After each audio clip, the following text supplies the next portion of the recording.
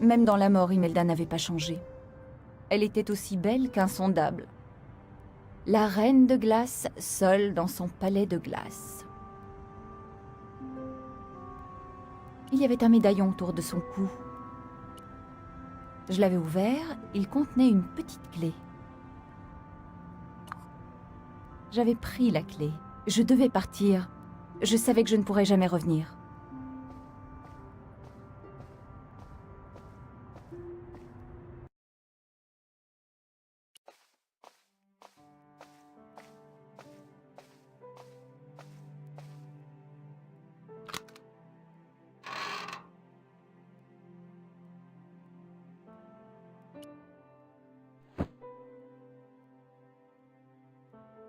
Cette boîte avait été sculptée par mon père.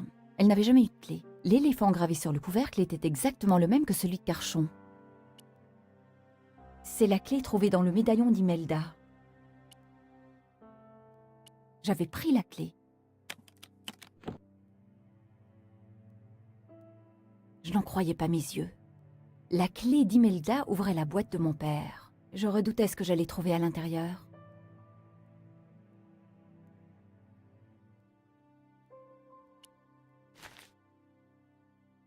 Hôtel Saint-Georges, Alger, vendredi. Thierry chéri, à l'heure où tu liras ces lignes, tu seras en sécurité loin de l'Afrique. Ne crains rien, Pierre et l'organisation ne savent rien. Ni pour qui tu travailles vraiment, ni pour notre relation. Crois-tu que je pourrais te trahir? Non, c'est impossible. Tu voulais que je le quitte, mais je n'ai pas ton courage. J'en sais beaucoup trop sur ce qui s'est passé ici. Il me trouverait et nous tuerait tous les deux. Je te souhaite une belle vie à Paris, Thierry. Ta vie. Une vie d'honneur et de devoir patriotique. Est-ce qu'on donne des médailles aux espions? Non. On leur offre simplement un poste bidon dans une ambassade quelque part. Je ne pourrai jamais partager ça avec toi. Tu m'imagines en femme de diplomate? Alors je dois rester ici avec Pierre.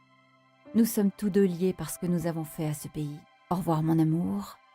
Tu resteras dans mon cœur jusqu'à ma mort. Imelda.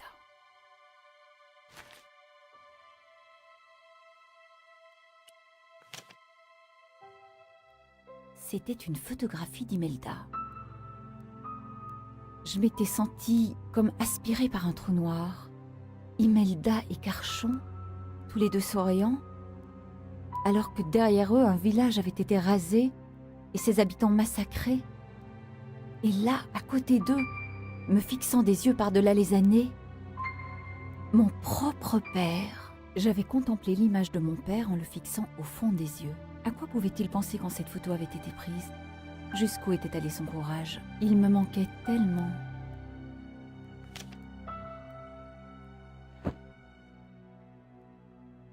Imelda et lui avaient dû tomber amoureux.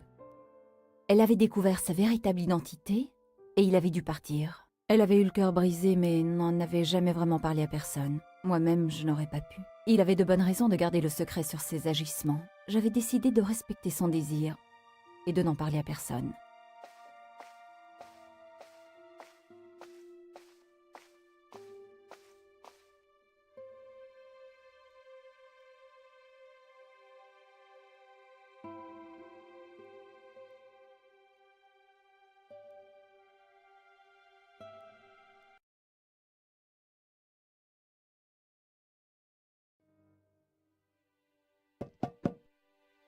Je savais que c'était Georges. Pendant un instant, j'avais eu envie de faire comme si j'étais sortie, ou de lui demander de partir et de revenir plus tard. Mais...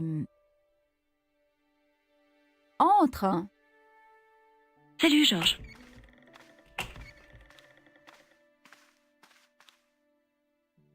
Alors, où étais-tu hier soir? Chez McDavid.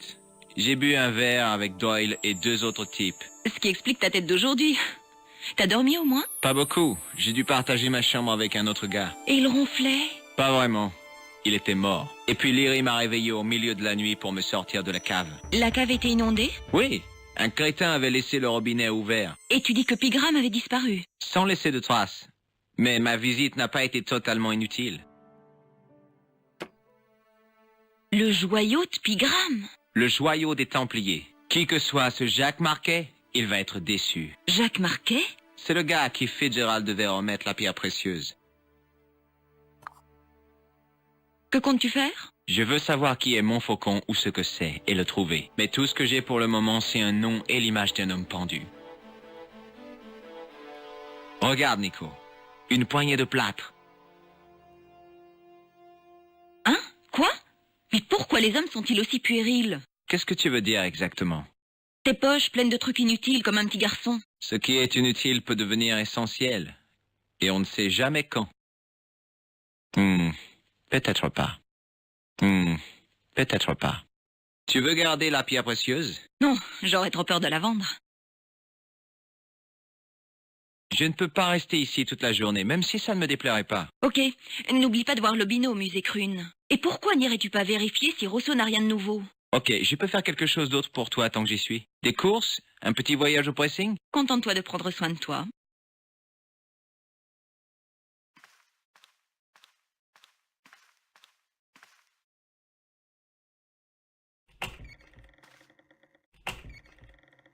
J'avais tellement envie de parler à Georges de tout ce qui s'était passé, mais je savais que je ne pourrais jamais. Les liens de mon père avec l'Afrique devaient rester secrets. Son courage ne serait connu que du gouvernement et de moi. En parler ne ferait que salir sa mémoire. Les gens déformeraient la réalité en apprenant cette histoire. Il serait vite accusé d'être le méchant et Carchon serait érigé en héros. Je savais comment ça se passait. J'étais journaliste.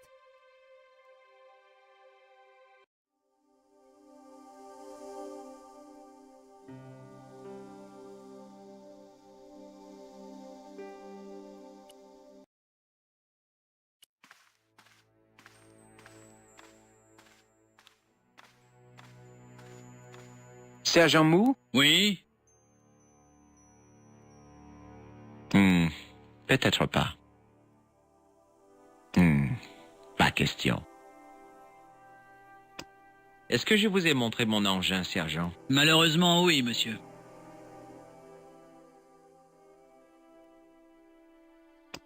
Est-ce que je vous ai montré cette photo, sergent? Oui, monsieur. Vous êtes sûr de ne pas vouloir ce nez rouge? Ne me poussez pas à bout, monsieur. Vous reconnaissez ce mouchoir taché? Je vous l'ai dit, non. Vous connaissez un homme qui s'appelle Marquet? Oui, on l'a longtemps appelé la taupe du tertre. Il paraît qu'il a été hospitalisé. Sûrement un règlement de compte. Savez-vous à quel hôpital on l'a emmené? La clinique Hagenmeyer, dans l'avenue des Hérissons. Pourquoi appelait-on Marquet la taupe du tertre? Parce qu'il habitait à Montmartre, place du Tertre. D'accord, mais pourquoi la taupe? Ah, je ne sais pas, peut-être qu'il creusait dans les jardins. À plus tard, sergent.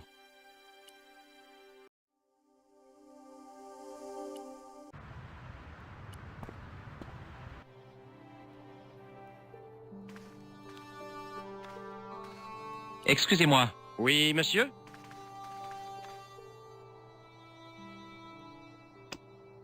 Cette poudre blanche vous est familière? Pas du tout. J'ai trouvé cette pierre dans un site médiéval en Irlande. Voilà qui est intéressant. Comment avez-vous fait pour obtenir ce travail?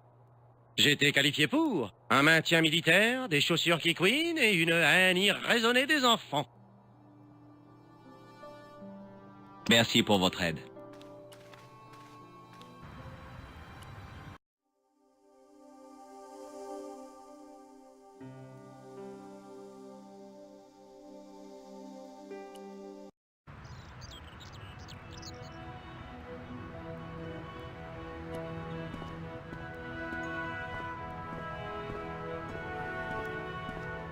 Je me sentais un peu coupable en actionnant la poignée.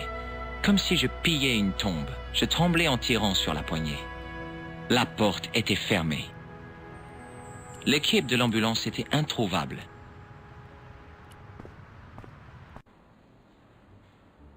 L'homme semblait s'exercer à paraître supérieur. Aujourd'hui, il travaillait son regard hautain. Hello, je m'appelle George Stobbart. Vraiment? Si vous souhaitez prendre un rendez-vous, voyez la secrétaire. Cette poudre blanche vous dit quelque chose? Je ne suis pas compétent en pharmacologie. Vous reconnaissez l'homme sur cette photo? Non, pas du tout. Vous reconnaissez ce nez? Pas du tout. Nous sommes dans un hôpital, pas sur une piste de cirque. De plus, nous soignons les malades du corps, pas de l'esprit. Que Que pensez-vous de ce mouchoir? Serait-il possible d'en faire une analyse? Aurais-je l'outrecuidance de vous serrer la main? Pas question. Je cherche à limiter les contacts physiques entre les membres de cette clinique. Que pensez-vous de cet outil? Dieu du ciel, c'est exactement ce dont j'avais besoin pour ma dernière opération. C'est vrai? J'ai dû improviser avec une aiguille à tricoter et quelques bouchons. Ah, si je vous avais eu sous la main, mon patient aurait donné son bras droit pour l'avoir. Vous avez déjà entendu parler du club Alamut? Jamais. Le nom de Thomas Merlin vous dit quelque chose? Non, rien. Regardez, Doc. C'est une vraie pierre précieuse du Moyen-Âge. Je vois. Remarquable. Je dois apporter cette pierre à Marquet. Il pourra peut-être m'expliquer à quoi elle sert. Mon ami, Marquet a autre chose en tête en ce moment. Quoi, par exemple? Son cathéter, pour commencer. Je cherche un homme nommé Jack Marquet. Il travaille dans quel département? C'est un patient. Je vois. Vous savez que nous avons des règles très strictes pour les visites, n'est-ce pas? C'est important. Il faut que je lui parle de toute urgence. Nous ne faisons pas d'exception à la règle. C'est une question de vie ou de mort. Tout cet établissement est une question de vie ou de mort. Et pour qu'il fonctionne bien, nous avons des règles. Je dois vous dire que Marquet n'est pas ce qu'il semble être. Expliquez-vous. Il est de mèche avec une bande de types qui veulent contrôler la planète. C'est ridicule. De plus, les employeurs de M. Marquet ont payé d'avance pour l'utilisation d'une de nos chambres individuelles. Pouvez-vous me dire qui sont les employeurs de Marquet? Certainement pas. Merci pour votre aide.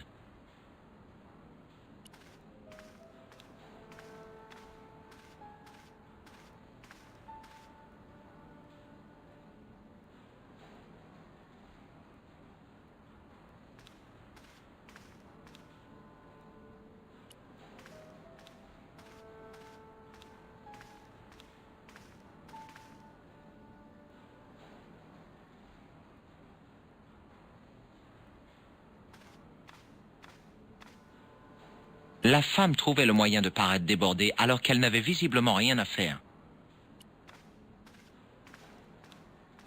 Excusez-moi,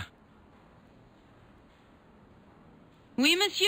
je suis bien à la clinique Hagenmeyer. Tout à fait. Je me croyais au jardin des plantes. Ah, les fleurs, c'est ma contribution. Un peu de verdure pour évoquer la nature. En quoi puis-je vous aider? Ce plâtre vous serait-il utile? Je suis allergique au plâtre. Cet objet vous fait penser à quoi? C'est un détecteur de crevasses? Hein? Les explorateurs polaires en utilisent pour sonder la neige. Mais non. Vous connaissez le club Alamut? Non, mais ça paraît romantique. Vous avez vu cet homme dans la clinique? Non, monsieur, et je n'oublie jamais un visage. Ce nez rouge vous rappelle quoi? Ah, c'est un nez de clown. Merci pour votre aide. Y a pas de quoi.